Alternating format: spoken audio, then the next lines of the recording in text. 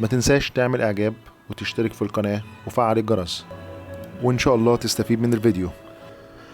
انت لما تشوف او تسمع ان في فيديو هيخليك تشيل الدهانات بسرعة زي كده بمزيل سريع، هتخش تتفرج بسرعة عشان تتعلم وتزيل كل الدهانات اللي في بيتك عشان تدهن دهانات جديدة. انا هعرفك في الفيديو ده كذا طريقة تشيل بيها دهانات الحوائط وتنظف الحيطة اللي عندك. ما تنساش الاشتراك في القناة.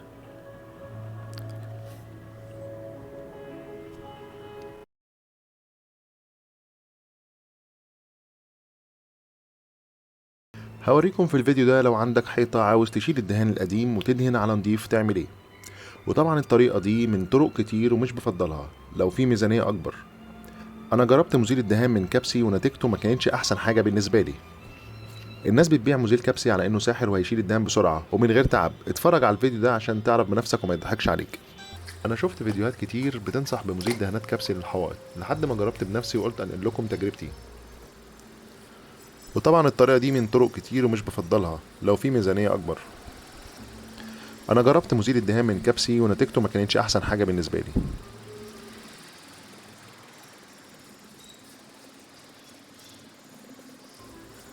الناس بتبيع مزيل كبسي على انه ساحر وهيشيل الدهان بسرعة ومن غير تعب. اتفرج على الفيديو عشان تعرف بنفسك وما يضحكش عليك. مزيل كبسي مش معمول عشان يشيل دهانات الحوائط، ممكن دهانات الاخشاب او المعادن. وخد بالك وانت بتستخدم اي مزيل من ريحته عشان الروايح دي بتبقى سامة وعاوزة مكان فيه تهوية عالية. ولو عندك شقة كاملة وعاوز تزيل الدهان كله هتكون في تكلفة عليك، لان العلبة دي بحوالي 90 او 100 جنيه ومش هتعمل اكتر من جنب واحد مساحته صغيرة. وكل واحد على حسب الميزانية بتاعته. في ناس بتشتغل بالبشبوري وتحرق البوية او الدهان القديم كله، وده مش هيشيل المعجون القديم بسهولة. هنشوف دلوقتي نتيجة مزيل دهانات كبسي على الحيطة. طبعا انا سبته حوالي نص ساعة،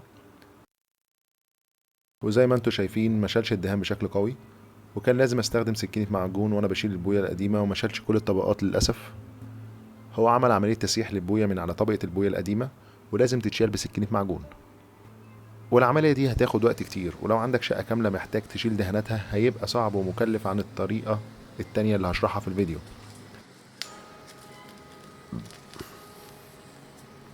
ولو لاحظتم في الفيديو اللي عملته بنفسي وعن تجربة ان مزيل الدهان كبسي بيشيل وش بسيط جدا من الدهان، فانت لو دهن كذا دهان قديم مش هتعرف تشيله غير بالطريقة التانية اللي هفرجك عليها حالا.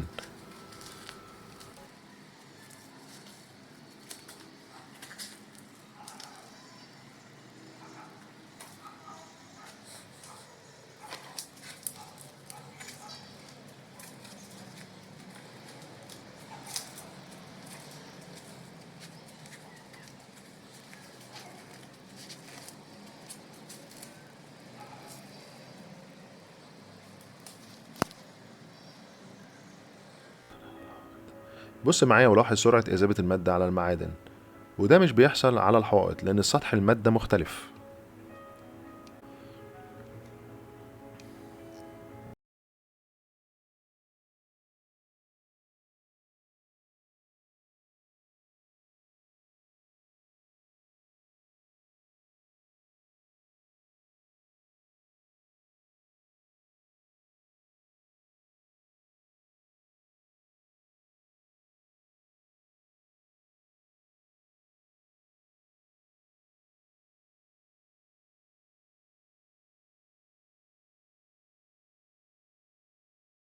نخش على الاختراع ده.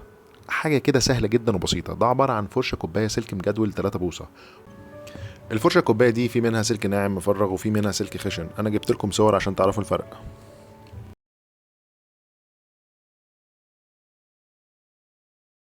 هتجيب صاروخ قطع ومكان الديسك أو الأسطوانة هتركب الفرشة بالطريقة دي.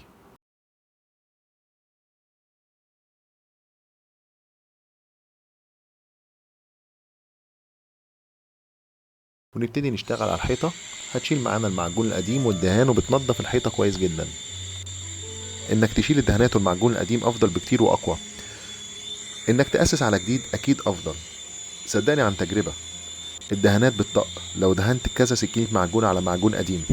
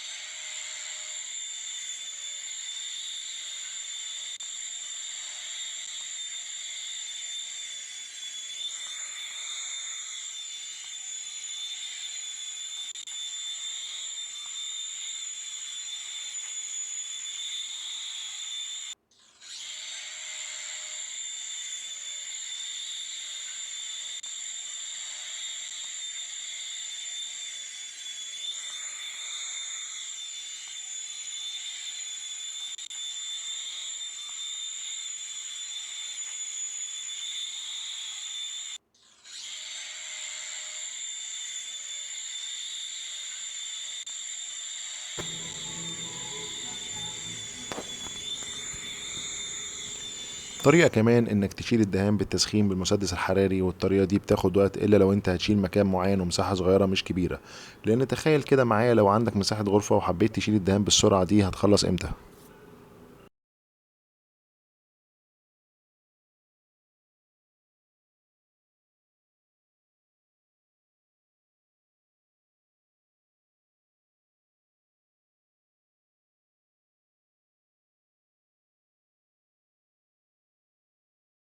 اتفرج كده معايا على كام صورة جبتها لكم لمكنة الصنفرة.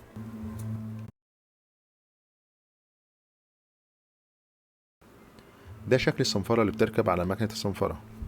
المكنة دي مكن بدراع طويل عشان تجيب كل الحوائط وبيبقى فيها إضاءة كمان. في مكن كتير ليه كيس لشفط الهواء أو التراب اللي بينزل مطرح الصنفرة. هنا بقى نيجي للفيديو التاني أو الطريقة اللي أنا بحبها. أول حاجة بنركب الخرطوم لشفط التراب.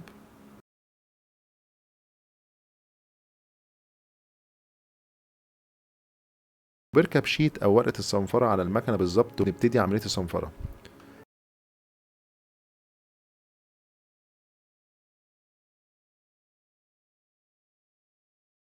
طبعا الصنفرة دي ممكن نعملها واحنا بنشيل البوية والمعجون القديم، وممكن نستخدمها كمان بعد ما نمعجن المعجون الجديد تشتغل تنعيم. لو لاحظت في الفيديو ايدك شغالة خفيف جدا والمكنة سهلة جدا في الاستخدام.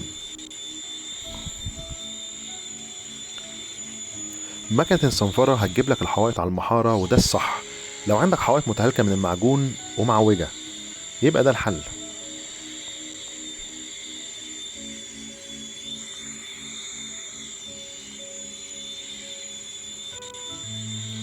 وبكده اكون عرفتكم ايه الطرق اللي بتشيل بيها الدهانات من على الحوائط، ومش بس الدهانات، والمعجون القديم كمان عشان تأسس صح. يا رب تكونوا استفدتم من الفيديو. مستني دعمكم بالاشتراك في القناة وتسجيل اعجاب لعمل فيديوهات تانية للاستفادة. شكرا لمشاهدتكم الفيديو. كان معاكم محمود مسلم من قناة مودي سوبر اكس.